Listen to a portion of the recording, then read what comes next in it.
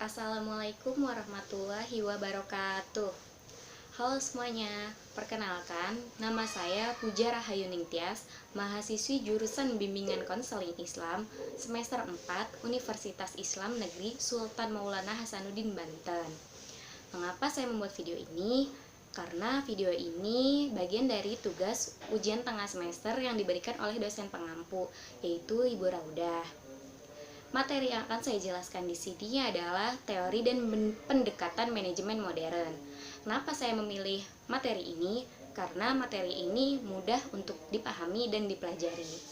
Oke, langsung saja kita mulai pembahasannya. Apa itu pendekatan manajemen modern?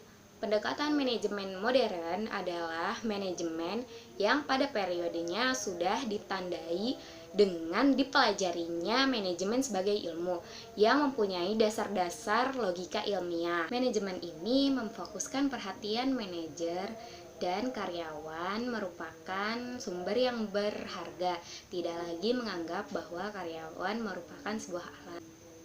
Munculnya teori manajemen modern lebih kepada aliran kuantitatif yang merupakan gabungan dari operation research dan manajemen science. Teori ini merupakan berkumpulnya para sarjana matematika, fisika, dan sarjana eksakta lainnya dalam memecahkan masalah-masalah yang lebih kompleks. Pada awalnya, tim sarjana yang berasal dari Inggris dan Amerika Serikat yang lebih dikenal dengan sebutan OR Tema digunakan untuk memecahkan masalah pada saat perang. Dan sesudah Perang Dunia II, tim ini dimanfaatkan untuk memecahkan masalah yang besar dalam bidang industri seperti bidang transportasi dan komunikasi. Nah, tujuannya itu untuk membantu para manajer organisasi dalam berbagai kegiatan penting, seperti dalam hal penganggaran modal, manajemen cash flow, penjadwalan produksi, strategi pengembangan produksi, perencanaan sumber daya manusia. Tahapan yang pertama adalah pendekatan proses. Tokohnya adalah Harold Kuntz. Tahapan yang kedua adalah pendekatan sistem. Pendekatan sistem umumnya meliputi konsep-konsep organisasi formal dan teknis, filosofi, dan sosiopsikologis, analisis sistem manajemen spesifik melalui struktur organisasi, desain pekerjaan, akuntansi, sistem informasi, dan mekanisme pekerjaan serta pengawasan. Yang ketiga ada pendekatan kontingensi. Pendekatan ini digunakan untuk manajemen celah antara teori dan praktek senyatanya. Biasanya antara teori dan praktek maka harus memperhatikan lingkungan sekitar. Kondisi lingkungan akan mempengaruhi aplikasi konsep dan teknik manajemen yang berbeda. Yang keempat, ada pendekatan manajer strategi. Konsentrasi pada proses pengambilan keputusan dan kajian serta analisis aktivitas terkait kinerja jangka panjang organisasi. Ada pendekatan manajemen Jepang.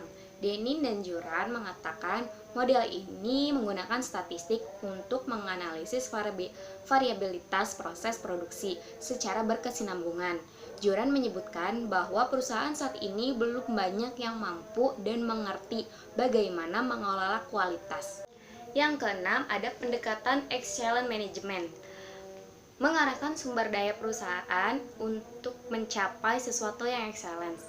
Peter dan Waterman, menurut mereka, perusahaan tidak cukup hanya menjadi sebuah perusahaan yang effective organizations, namun juga harus bisa mencapai excellence organizations melalui perbaikan terus-menerus pada setiap aspek kualitas organisasi.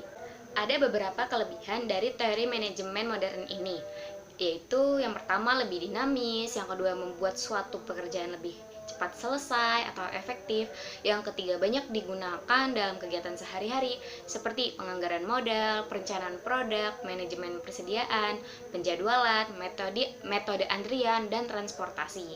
Nah, yang keempat yaitu akses tidak terbatas waktu selama 24 jam. Kelemahannya juga ada loh.